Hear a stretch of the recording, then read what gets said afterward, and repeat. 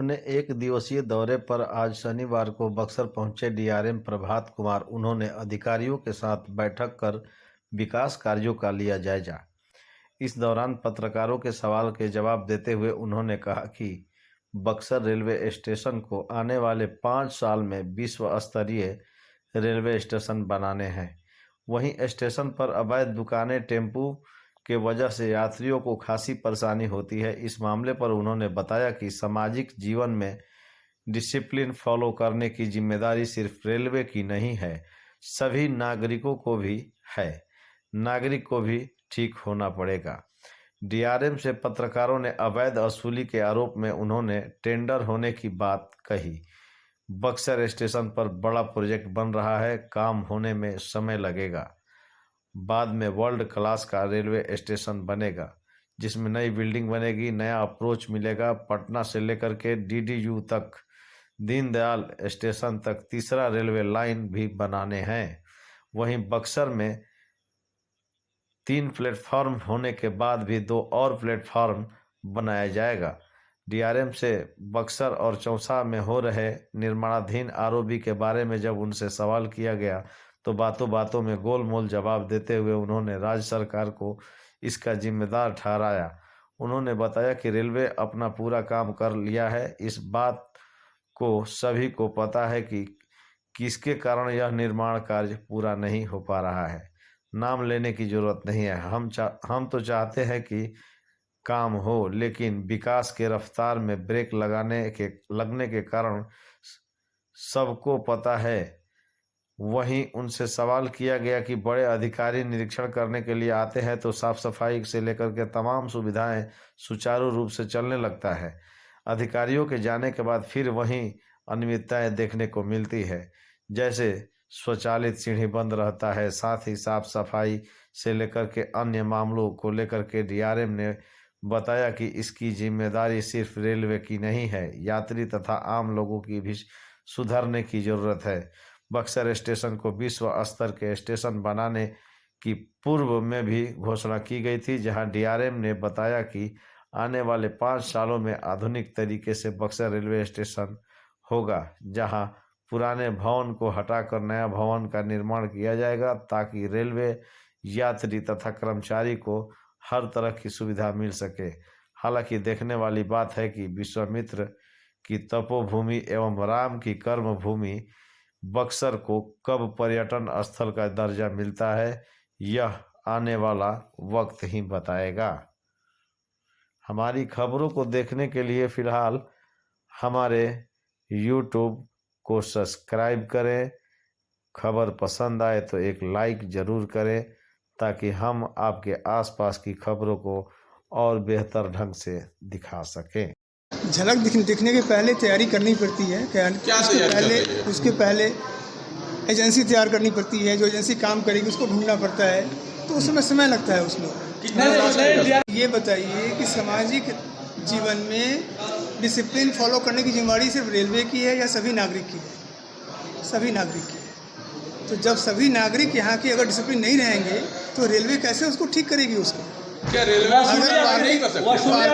अधिकारी वसूली नहीं, ओपन टेंडर देकर के किसी को काम दिया गया एजेंसी पार्किंग का, उनका एरिया है निर्धारित, उनका है उसमें पार्क करना है, तो उसको पालन करना है उस आदेश का कि भाई जिस एरिया में पार्किंग दिया है वहाँ पार्क करना है, वहीं बैठना है, वो ऑटो वाले हों या प्राइवेट गाड़ी वाले हों। और जहाँ यहाँ डेवलपमेंट की बात है, हम लोगों ने ऑलरेडी लास्ट टाइम भी कहा था, इस इशू को आइडेंटिफाई किया गया है। यहाँ पे एक बड़ा प्रोजेक्ट बन रहा है, यहाँ पर काम होने में समय लगेगा उसको, और जो कॉस्ट है प्रोजेक्ट का ऑलमोस्ट 200 करोड़ का खर्चा हुआ है होने वाला। क्या उम्मीद की जाए? उम्मीद तो करिए कि बनेगा। कब तक? नेक्स्ट 5 ईयर्स में बन के दिखेगा। 5 ईयर्स में बनेगा। क्या क्या बनेगा सर? फिर से उसमें बिल्डिंग, बिल्कुल नई बिल्डिंग बनेगी बोथ साइड से। उधर से भी नया अप्रोच आपको मिलेगा, उधर से जो भी अप्रोच नहीं है नया अप्रोच मिलेगा।